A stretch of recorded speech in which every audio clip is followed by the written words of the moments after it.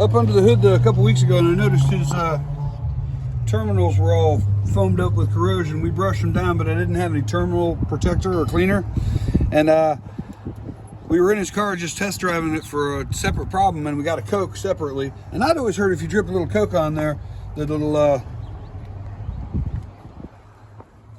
foam like crazy and then protect it. We got the spiced Coke. I hope that's okay.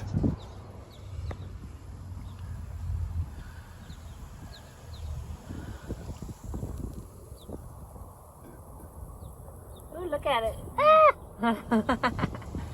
We'll see. It's not bad for it to get wet like that. Plus, you can drink it. How is that new flavor? I like regular Coke better. Yeah, it's kind of funny. It has more sugars than regular Coke even. Well, we don't know. We just thought we'd give it a try. It's something we always heard. Yep.